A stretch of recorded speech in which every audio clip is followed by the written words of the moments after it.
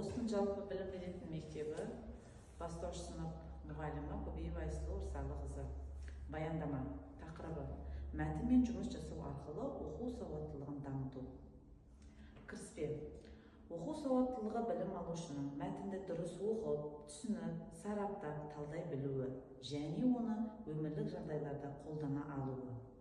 Оқушылардың оқу сауаттылығын дамыту қазіргі білім беру жүйесінің басты міндеттерінің бірі болып табылады. Бұл дағды тек мектептегі жетістіктер ғана емес, сонымен қатар болашақ тұлғалардың табысты өмір сүру үшін де маңызды. Мәтінмен жұмыс жасай алу оқу сауаттылығын дамытудың негізгі құралы болып табылады. Оқушы тек мәтінді оқып қана қоймай, оның мағынасын түсініп, негізгі ойды ажыратады. Ақпаратты талдай білу қажет. Осы баяндамада мәтінмен жұмыс жасау арқылы оқу сауаттылығын дамытудың маңыздылығы тиімді әдістері мен стратегияларын қарастырылды. Оқу сауаттылығының қоғамдағы рөлі. Оқу сауаттылығы тек мектеп пәндері үшін ғана емес, күнделікті өмірде де маңызды. Оқушы болашақта ақпараттық мәтіндермен жұмыс істей алады, яғни мысал түрінде нұсқаулықта, жаңалықтарда және құжаттарда. Ғылыми және кәсіби мәтіндерді түсініп, оларға баға бере алады. Өз ойларын еркін, сауатты жеткізе алады. Мәтінмен жұмыс жасаудың оқу сауаттылығын дамытудағы рөлі. Мәтінмен жұмыс жасау оқу сауаттылығын дамытудың негізгі тәсілі.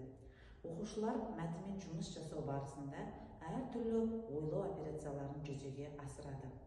Мәтінді талдайды және негізгі ойын анықтайды.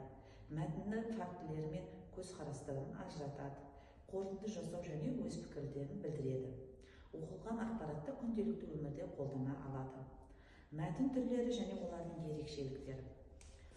Оқу сауаттылығын дамыту үшін әртүрлі мәтіндермен жұмыс жасау қажет.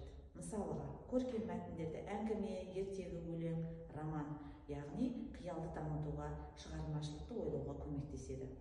Ғылыми мәтіндер: мақала және зерттеу жұмыстары талдайды, салыстырады және себеп салдарын байланыстыру, анықтау дағдыларын қалыптастырады. Ақпараттық мәтіндер: жаңалықтар мен нұсқаулықтарды қолданамыз. Мәтіндердегі маңызды ақпараттарды тез табу қабілетін дамытады. Публистикалық мәтіндер: газет, журнал, мақалаларды қолданады.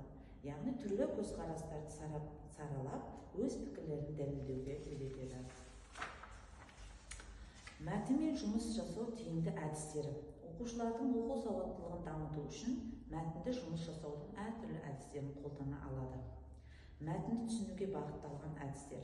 Бұл әдістер оқушылардың мәтінді саналы түрде оқып, оның маңызын түсінуге көмектеседі. Болжау мәтіні, яғни болжау әдісі, оқушыларға мәтіннің атауын немесе алғашқы сөйлемдерін беріп, оның маңызын болжау. Белсенді оқу әдісі. Оқушы мәтінді оқып отырып, маңызды жерлерін белгілейді, сұрақ қояды, яғни. Мәтінді бөліктерді бөлу, яғни біз қолданып жүрген мәтінді бірнеше бөлікке бөліп, әр бөліктің мағынасын талдай алады. Талдауға бағытталған әдістер. Мәтінді тереңірек түсіну үшін оны талдау маңызы зор. Сұрақ-жауап әдісі: мәтін бойынша сұрақты қойып, оған жауап беру. Ал енді салыстыру әдісі: екі мәтінді немесе кейіпкерлердің іс-әрекетін салыстырады. Оқушылар мәтінге сын тұрғысынан қарау, яғни автордың көзқарасын анықтап, онымен келісу немесе келіспеу туралы өз ойларын айтады. Оқушылардың ойын дамытуға бағытталған әдістер. Мәтінмен жұмыс барысында оқушылардың өз ойын білдіру маңызды.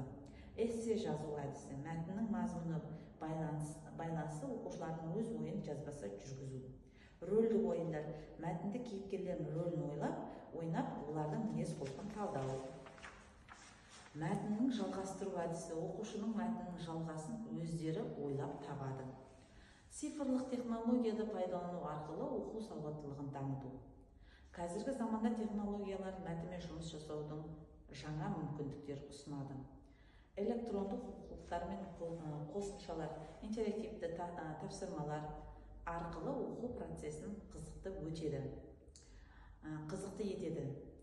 Аудио кітаптар тыңдау арқылы оқу дағдыларын жақсартады. Онлайн тесттер оқушылардың мәтінді түсіну деңгейін тексеруге көмектеседі. Видео және анимация мәтін оқиғаларды көзбен көруге мүмкіндік береді. Қорытындылай айтқанда, мәтінмен жұмыс жасау оқу сауаттылығын дамытудың негізгі құралы болып табылады. Оқушыларға түрлі мәтіндерді оқу, оларды талдау, ақпараттық жұмыс жасауға дағдыларын қалыптастыру қазіргі білім беру жүйесінің басты міндеттерінің бірі. Тиімді әдістерді қолдану арқылы оқушылардың мәтінді саналы түрде оқып, оның негізгі идеяларын түсіне алады, ақпаратты талдап, өз ойларын дәлелдейді. Бұл олардың болашақтағы жетістіктерін оң әсер етеді және ақпаратты қоғамда еркін әрекет етуіне көмектеседі.